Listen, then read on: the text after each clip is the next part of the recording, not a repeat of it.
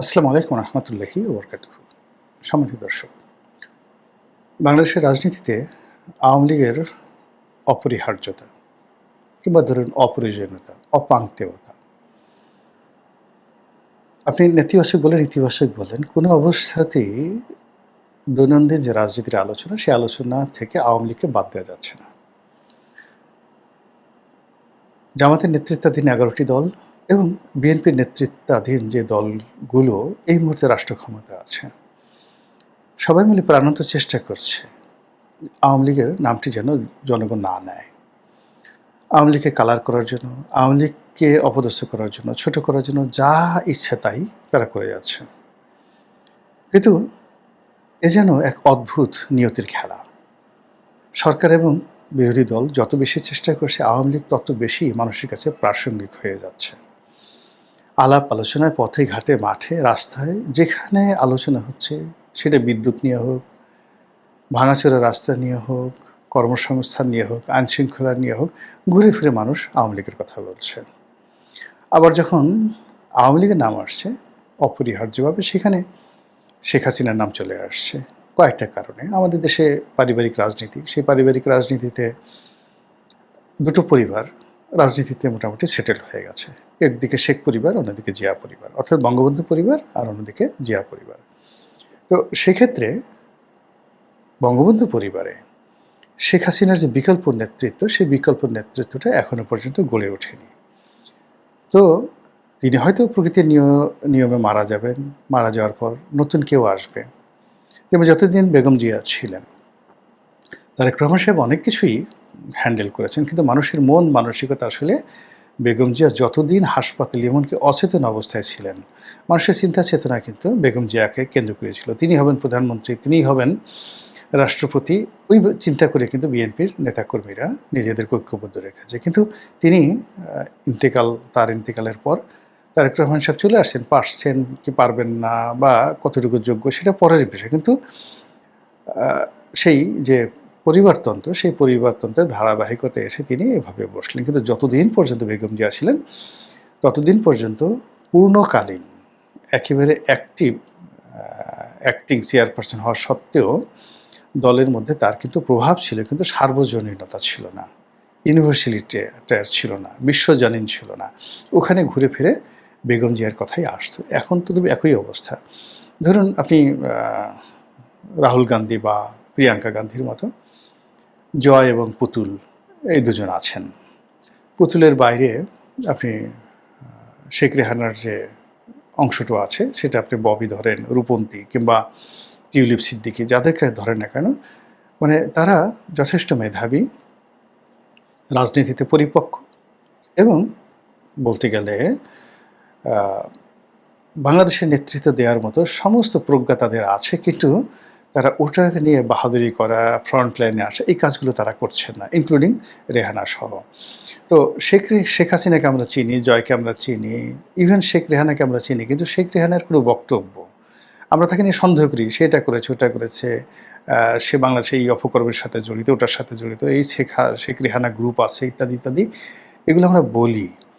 কিন্তু তার কোনো বক্তব্য, মানে ওই যে সালমান এফ রহমানের সাথে তার একটা টেলিফোনিক কনভারসেশন ছাড়া আপনি এখনও পর্যন্ত তার একটা কর্ম, তার একটা সিগনেচার বা তার ছেলেমেয়ের কোনো একটা ঘটনা আপনি ওইভাবে কালার্ট করতে পারবেন না। তা বোঝার চেষ্টা করুন যে এই পরিবারটি, অর্থাৎ শেখ হাসিনার বোন শেখ রেহানার যে পরিবারটি, তারা একমাত্র তাদের আত্মীয়র মধ্যে তারেক সিদ্দিকী, কিন্তু তারেক সিদ্দিকী আসলে শেখ রেহানার যতটা না কাছে, তার চেয়ে শেখ হাসিনার স্নেহধন্য ছিলেন। কিন্তু শেখ রেহানার হাজব্যান্ড যদি ধরেন ডাক্তার শফিক সিদ্দিকী সাহেব, ববির কথা ধরেন, তার ছেলের কথা, অন্য মেয়ের কথা ধরেন, স্বয়ং যাকে বলা হয় শেখ রেহানার কথা ধরেন, আপনি গল্প করতে পারবেন, বিভিন্ন অভিযোগ করতে পারবেন, কিন্তু তথ্য প্রমাণ আপনি হাজির করতে পারবেন না। It means politically they are matured, তারা জানে যে কী করে রাজনীতিটা সংযুক্ত রাখতে হয়।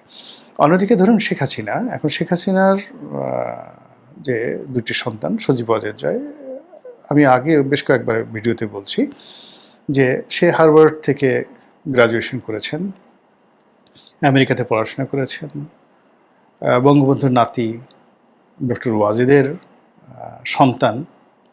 ডক্টর ওয়াজেদ বাংলাদেশে যে কজন ক্ষণজন্মা মেধাবী পুরুষ জন্ম নিয়েছেন, বিজ্ঞানী, যাকে বলা হয় বিজ্ঞানী, সেই বিজ্ঞানীদের মধ্যে অন্যতম ব্যক্তি তিনি। ভালো ছাত্র, মেধাবী, পাগলাটে, খ্যাপাটে, সফল, সার্থক, সব কিছু, খেলাধুলা সব কিছু। Doctor Wazed is a unique person. তার পৌরুষজাত সন্তান হলো সজীব ওয়াজেদ। আপনি তাকে যতই পাগল বলেন না কেন, যতই ছাগল বলেন না কেন, কিন্তু গর্বটা কার, মানে ইউট্রাসটা কার, জরায়ু কার, গর্ভাশয় কার, সেগুলো শেখ হাসিনার।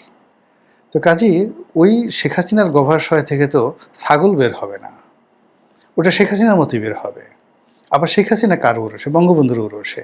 ফলে আপনি গিয়ে দেখুন যে এদের মধ্যে মানে একটা জেনেটিক ফরমেশন আছে। আপনি সজীব ওয়াজেদ জয়ের দিকে তাকালে আপনি ডক্টর ওয়াজেদের চেহারা আপনি দেখতে পাবেন যে হুবহু চেহারা।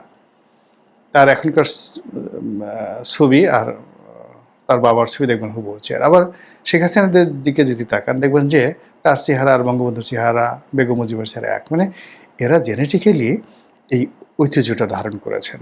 আর যখন ফিজিক্যালি পিতামাতার সঙ্গে সন্তানের একটা মিল থাকে, তখন তাদের মধ্যে একটা মেধার মিল হয়। ফলে আপনি তাকে যতই বলেন না কেন সজীব ওয়াজেদ জয় বা পুতুলকে, আপনি তাদের মধ্যে তার পিতার, মানে পুতুলের মধ্যেও তার পিতার মেধা আছে, আর যাকে বলা হয় জয়ের মধ্যেও তার পিতার মেধা আছে। আর পলিটিক্যালস তারা যেটা দেখেছে একেবারে ঘনিষ্ঠভাবে জন্মের পর থেকে, তারা যে রাজনীতিটা দেখে আসছে এবং যে রূঢ় বাস্তবতা, এটা আপনি আমি যদি 100 বছর ধরে কন্টিনিউয়াসলি হার্ভার্ড এবং অক্সফোর্ডে এর উপর পিএইচডি করে, তবু এটা সম্ভব না। এই প্র্যাকটিক্যাল এক্সপিরিয়েন্স তাদের আছে। তো কাজেই যেহেতু শেখ হাসিনা রাজনীতিতে এমন একটা বটবৃক্ষ হয়ে গেছে, আওয়ামী রাজনীতিতে, ফলে সেই বটবৃক্ষের নিচে কোনো অবস্থাতেই পুতুলকে আপনার রাজনীতিবিদ মনে হচ্ছে না, সজীব ওয়াজেদ জয়কেও আপনার রাজনীতিবিদ মনে হচ্ছে না। এমনকি দেখুন বেগম জিয়ার যেমন একটা পোর্ট্রেট তৈরি হয়ে গেছে, সেই পোর্ট্রেটের কাছে, বা জিয়াউর রহমানের যে পোর্ট্রেট, সেই পোর্ট্রেটের কাছে এই তারেক রহমান সাহেব প্রাণান্ত চেষ্টা করছেন গত 6 মাস ধরে, কিন্তু কোনো অবস্থাতে বেগম জিয়ার পাশে এখনও মানুষ তাকে বসাতে পারছে না, সময় লাগবে আরও। তো সেই দিক থেকে যেটা হলো যে ঘুরে ফিরে জয়ের যত যোগ্যতা থাকুক, পুতুলের যত যোগ্যতা থাকুক, পুতুল ডাব্লিউএইচওর মানে আঞ্চলিক রিজিওনাল ডিরেক্টর। এটা একটা অকল্পনীয় পদ। আপনি দেখেন তার যে ইংরেজির প্রোনাউন্সিয়েশন, তার যে বক্তব্য, যে কটা বক্তব্য তিনি ডাব্লিউএইচওর পক্ষ থেকে জাতির সামনে দিয়েছেন, মানে এটা গ্লোবাল, মানে বিশ্বে এত সুন্দর করে ইংরেজিতে জাতিসংঘ বা যে কোনো একটা বিষয়কে রিপ্রেজেন্ট করতে পারে। আমি তো পুতুলের মতো এত সুন্দর বক্তব্য শুনি নেই কারো মুখে। আমাদের খলিলুর রহমান সাহেব ভালো ইংরেজি বলেন, লুৎফে সিদ্দিকী ছিল ভালো ইংরেজি বলেন, তারপরে ডক্টর মোহাম্মদ ইনুজও ভালো ইংরেজি বলেন, কিন্তু পুতুলের ইংরেজির কাছে কি আপনি বাঙালির মুখে এরকম চমৎকার ইংরেজি শুনেছেন কখনো? শুনেননি। কিন্তু শেখ হাসিনার যে ব্যক্তিত্ব, সেই ব্যক্তিত্বের কাছে পুতুলের এই যোগ্যতা কোনো অবস্থাতে ফ্লারিশ হচ্ছে না অ্যাজ এ পলিটিক্যাল পার্সোনালিটি হিসেবে। ফলে যখনই বাংলাদেশের রাজনীতিতে আওয়ামী লীগের নাম আসছে, আওয়ামী লীগের সাথে অপরিহার্যভাবে শেখ হাসিনার নাম চলে আসছে। তো এই যে শেখ হাসিনার নাম চলে আসার কারণে কি হলো, তাকে নিয়ে আমাদের যত গল্প, যত কবিতা, যত উপন্যাস, যত সাহিত্য, যত ভয়, যত আতঙ্ক, যত নিন্দা, সব কিছু নাটক সিনেমা তাকে নিয়ে হচ্ছে। কেন সে বাংলাদেশে আসতে চাচ্ছে? তার কি লজ্জা শরম নেই?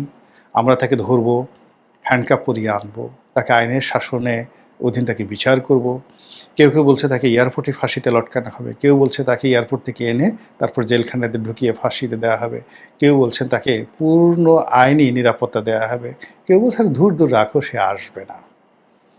এখন এই যে আমরা তাকে নিয়ে যত আলোচনা করছি, তিনিও তো পলিটিক্যালি ম্যাচিউরড, মানে 1981 সন থেকে তিনি দলটা পরিচালনা করছেন। চিন্তা করেন, 1981 সন থেকে একটা দলের সভানেত্রী। আর 1975 সালের পর থেকে 81 প্রবাসী থেকে তারেক রহমান সাহেব যেভাবে লন্ডনে থেকে বিএনপি পরিচালনা করছে, তিনিও প্রবাসী থেকে আওয়ামী লীগের যত সব কিংবদন্তির নেতৃত্ব, সেটা মোস্তফা মহসিন মন্টু, ডক্টর কামাল হোসেন, তারপরে আব্দুর রাজ্জাক, তোফায়েল আহমেদ, এরকম সব জায়ান্ট নেতাদেরকে তিনি পরিচালনা করে, কাদের সিদ্দিকী, লতিফ সিদ্দিককে পরিচালনা করে তাদের মাথার উপরে এসে আপন যোগ্যতায় সভানেত্রী হিসেবে ছড়ি ঘোরাচ্ছেন আজকের দিন পর্যন্ত। ফলে বাঙালি রাজনীতির আশা কি, আকাঙ্ক্ষা কি, কে কতটুকু লাভ দিতে পারে, কার কতটুকু ক্ষমতা হতে পারে, ওই প্রধানমন্ত্রীর চেয়ারে বসে তারেক রহমান সাহেব তার কী ক্ষতি করতে পারে, বিরোধী দলের চেয়ারে বসে ডক্টর শফিক তাকে কী ক্ষতি করতে পারে, কী উপকার করতে পারে, এটা পুরোটাই তার জানা আছে। আর এই জানা থাকার কারণে কি হচ্ছে, সে ইচ্ছে মতো খেলছে, ট্রাম্প কার্ড খেলছে, সকালে একরকম বিকেলে একরকম, ইচ্ছে মতো, মানে ছক্কার পরে ছক্কা সে শুধু মেরে যাচ্ছে। আর শেখ হাসিনা সেই ছক্কা এবং পক্কার কবলে পড়ে আমরা ঘুরে ফিরে বারবার শুধু শেখ হাসিনাতে নিমজ্জিত হচ্ছি। ভারতের রয়ের প্রধান কেন এলো? সে কি শেখ হাসিনাকে বাংলাদেশে দেওয়ার জন্য এলো? এটা নিয়ে আমরা একটা কল্পনার ফানুস তৈরি করছি।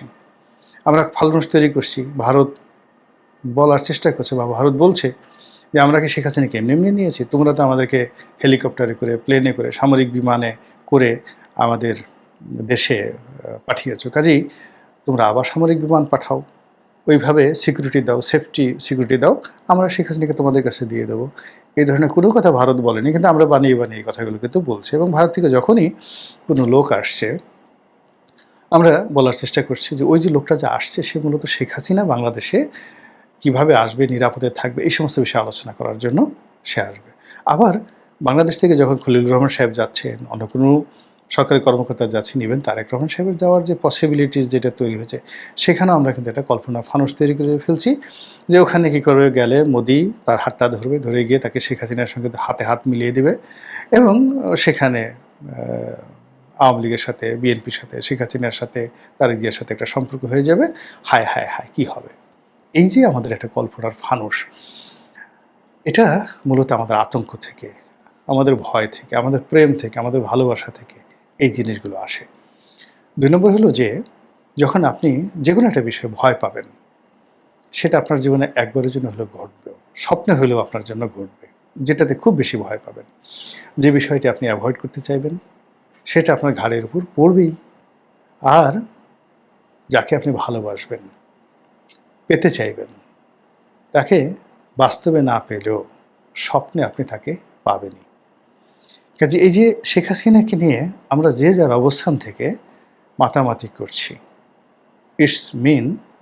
It means she has a brand value, এবং তার সেই ব্র্যান্ড ভ্যালুকে এখনও পর্যন্ত বাংলাদেশে অন্য কেউ অতিক্রম তো দূরের কথা, ধারের কাছে যেতে পারেনি, একমাত্র বেগম জিয়া ছিলেন। তো কাজে এখন যারা আছেন, সেটা ডক্টর শফিক বলেন, তারেক রহমান সাহেব বলেন, বা অন্য যারা আছেন, চরমনায় পীর সাহেব বলেন, আপনি দেখেন তো একপাশে শেখ হাসিনা চেয়ারে বসে আছে, বাকি নেতারা মঞ্চে বসে আছে, ইভেন তারেক রহমান প্রধানমন্ত্রী, আর শেখ হাসিনা কিছুই না। শেখ হাসিনা বসে আছে মঞ্চে, একেবারে ওই যে আপনি দেখবেন বুড়ি, যেভাবে এখন তাকে পোর্ট্রেট আঁকা হয়েছে, ক্যান্সার হয়ে গেছে, মরে গেছে, ভিক্ষা করতেছে রাস্তায়, এরকম অনেকগুলো ছবি টবি আপনারা প্রচার করছেন, ওইরকমই একজন বুড়ি বা ভিক্ষুককে খালি শেখ হাসিনার মুখটা সহ চেয়ারে বসায় দেন, তার পাশে ডক্টর ইউনূসকে বসায় দেন, সঙ্গে সঙ্গে উইদিন 1 মিনিটে ডায়রিয়া হয়ে যাবে, কাপড় চোপড় চেয়ার সবগুলো নষ্ট করবে। এবং এটা দেখেন, মানে মানুষের প্রেশারে এবং উচ্চতায় যে কী অবস্থা। আপনি ধরেন 10 দিন আপনার কোষ্ঠকাঠিন্য, এই 10 দিন কোষ্ঠকাঠিন্য নিয়ে আপনি পাহাড়ে উঠেন, পাহাড়ে উঠে আপনি আপনার সামর্থ্যের বাইরে পানি খাওয়া ছাড়া, সুগার ছাড়া আপনি পাহাড়ে উঠেন, আপনি দেখুন মুহূর্তের মধ্যে আপনার ডিহাইড্রেশন হয়ে গেছে, একেবারে যেটাকে বলা দাস্ত, জোলাপ, ডায়রিয়া, হাগা হয়ে যাবে, কাপড় চোপড় সব হয়ে যাবে।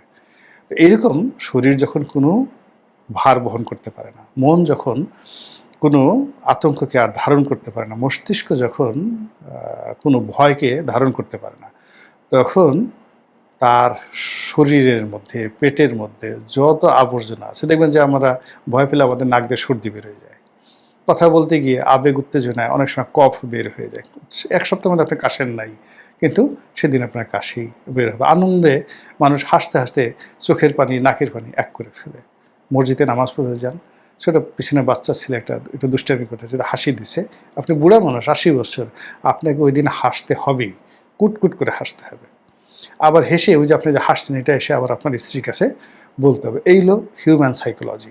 কাজেই শেখ হাসিনাকে নিয়ে আমাদের যে সাইকোলজি রয়েছে, সেই সাইকোলজির বাইরে যতদিন না পর্যন্ত আমরা যেতে না পারবো, আর সেটা যাওয়ার জন্য শেখ হাসিনার সমপর্যায়ের পোর্ট্রেট আমাদের রাজনীতিতে যতক্ষণ পর্যন্ত তৈরি না হবে, ততক্ষণ পর্যন্ত এই ভয়, এই আতঙ্ক, এ ভালোবাসা, এ মোহ, এ কামনা, এ বাসনা আমাদেরকে শুধুমাত্র শেখ হাসিনার দিকে ধাবিত করবে।